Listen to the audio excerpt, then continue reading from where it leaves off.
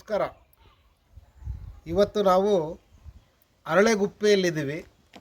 ಅರಳೆಗುಪ್ಪೆಯನ್ನು ಶಾಸನಗಳಲ್ಲಿ ಅಳಾರಿಗುಪ್ಪೆ ಎಂದು ಕರೆಯಲಾಗಿದೆ. ಇದು ತಿಪ್ಟೂರು ತಾಲೂಕು ಮತ್ತು ತುರುವೇಕೆರೆ ತಾಲೂಕಿನ ಮಧ್ಯದಲ್ಲಿ ಇರುವಂಥ ಒಂದು ಪ್ರಮುಖವಾದ ಗ್ರಾಮ. ಈ ಗ್ರಾಮದಲ್ಲಿ ಒಂದು ಅಪ್ರಕಟಿತ ತುರುಗೋಳ್ ವೀರಗಲ್ಲು ಶಾಸನವನ್ನು ನಾವು ಇಲ್ಲಿ ಕಂಡುಹಿಡಿದು ಅದರ ಪಾಠವನ್ನು ಸಿದ್ಧಪಡಿಸುವ ಕಾರಣಕ್ಕಾಗಿ ಈ ಗ್ರಾಮಕ್ಕೆ ಬರಲಾಗಿತ್ತು. ಈ ಗ್ರಾಮದ ಒಂದು ಕೆರೆಯ ದಂಡೆಯ ಮೇಲೆ ಕಲ್ಲೇಶ್ವರ ದೇವಸ್ಥಾನ ಇದೆ. ಈ ಕಲ್ಲೇಶ್ವರ ದೇವಸ್ಥಾನದ ಹಿಂಭಾಗದಲ್ಲಿ ಸಾಲು ಸಾಲು ವೀರುಗಲ್ಲುಗಳಿವೆ. ನೀವು ನೋಡ್ತಿರುವಂಥ ಈ ಸಾಲು ಸಾಲು ವೀರುಗಲ್ಲುಗಳು ಇತಿಹಾಸಕಾರರನ್ನು ಆಕರ್ಷಣೆ ಮಾಡುತ್ತವೆ. ಇಲ್ಲಿ ಇರುವಂಥ ಅನೇಕ ವೀರುಗಲ್ಲುಗಳಲ್ಲಿ ದೋರಬ್ಬೆಯ ವೀರಗಲ್ಲು ಇದೆ. ಗಂಗರ ಕಾಲದ ಈ ದೋರಬ್ಬೆಯ ವೀರಗಲ್ಲು ಬಹಳ ಮಹತ್ವದ ವೀರಗಲ್ಲು. ದೋರಬ್ಬೆಯ ಮಗ ಬಹಳ ಮುಖ್ಯವಾಗಿ ಹೋರಾಟವನ್ನು ಮಾಡಿ ಇಲ್ಲಿ ದೋರಬ್ಬೆ ಸಾಂಕೇತಿಕವಾಗಿ ದೋರಬ್ಬೆಯ ಚಿತ್ರವನ್ನು ಕೂಡ ಕೆತ್ತಲಾಗಿದೆ. ದೋರಬ್ಬೆಯ ಮಗ ಹೋರಾಟವನ್ನು ಮಾಡಿ ಇದು ಕೂಡ ತುರುಗೋಳು ವೀರಗಲ್ಲು.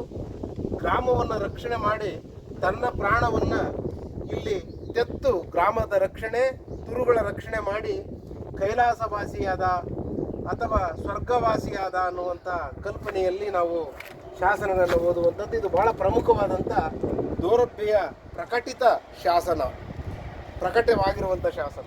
ಅದೇ ರೀತಿ ಇನ್ನೊಂದು ಶಾಸನವು ಕೂಡ ಅದೇ ಪ್ರಭೇದದ ಒಂದು ತುರುಗೋಳು ವೀರಗಲ್ಲು ಶಾಸನ, ಅದು ಕೂಡ ಗಂಗರ ಕಾಲದ ಶಾಸನವನ್ನು ನೋಡ್ತಾ ಇದ್ದೇವೆ.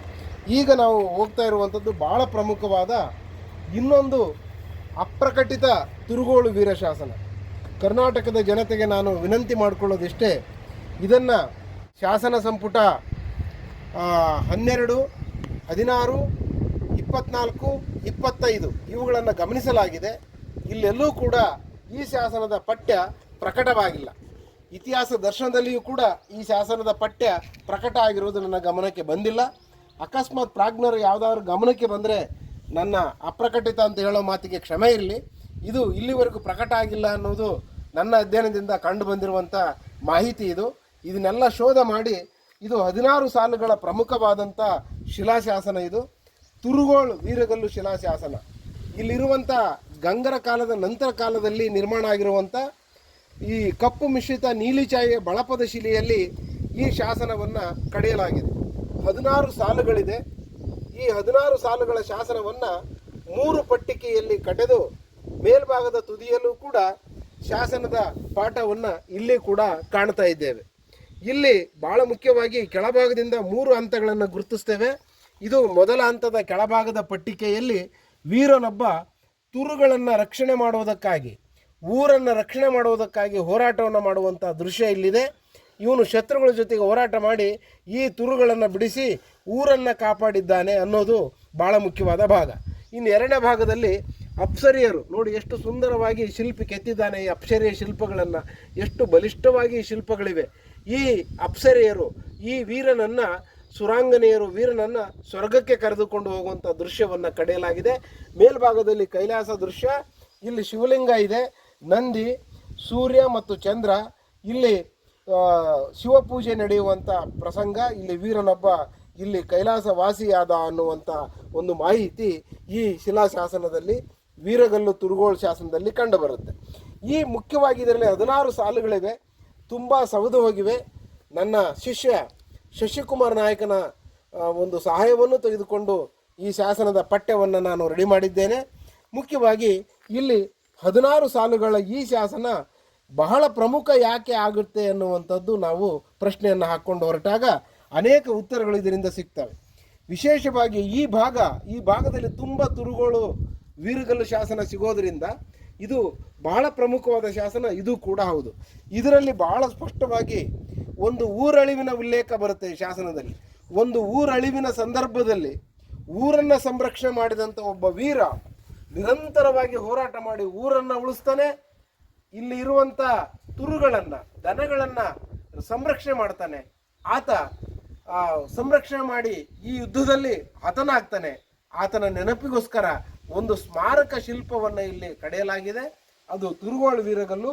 ಇದರಲ್ಲಿ ಕಳ್ಳ ಪರಿಪರಿಯಾಗಿ ಬೇಡ್ಕೊಳ್ತಾನೆ, ಸೆರೆ ಸಿಕ್ಕೊಂಡು ಹೋರಾಟ, ಭಯಂಕರವಾದಂಥ ದೊಡ್ಡ ಯುದ್ಧವೇ ನಡೆದು ಹೋಗುತ್ತೆ ಇಲ್ಲಿ. ಈ ಘೋರ ಯುದ್ಧವನ್ನು ನಡೆದಂಥ ದೃಶ್ಯವನ್ನು ಈ ತುರುಗೋಳು ಶಾಸನ ನಮಗೆ ತಿಳಿಸಿಕೊಡುತ್ತೆ. ಇದು ಮಹತ್ವದ ಒಂದು ತುರುಗೋಳು ಶಿಲಾಶಾಸನ. ಇದೊಂದು ಅಪ್ರಕಟಿತವಾದಂಥ ಶಾಸನ, ತುಂಬ ಸೌದು ಹೋಗಿದೆ.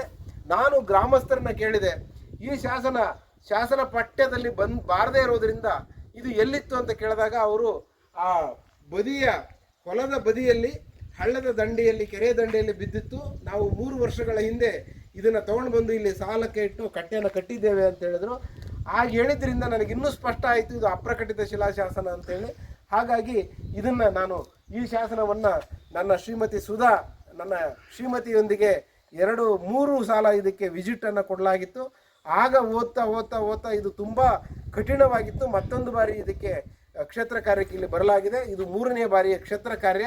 ಈ ಸಂದರ್ಭದಲ್ಲಿ ಈ ಶಾಸನವನ್ನು ಕರ್ನಾಟಕದ ಜನತೆಗೆ ನಾನು ಅರ್ಪಣೆ ಮಾಡ್ತಾ ಇದ್ದೇನೆ.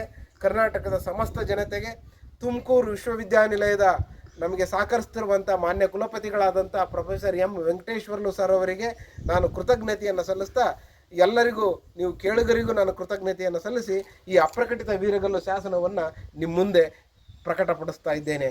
ಎಲ್ಲರಿಗೂ ನಮಸ್ಕಾರಗಳು.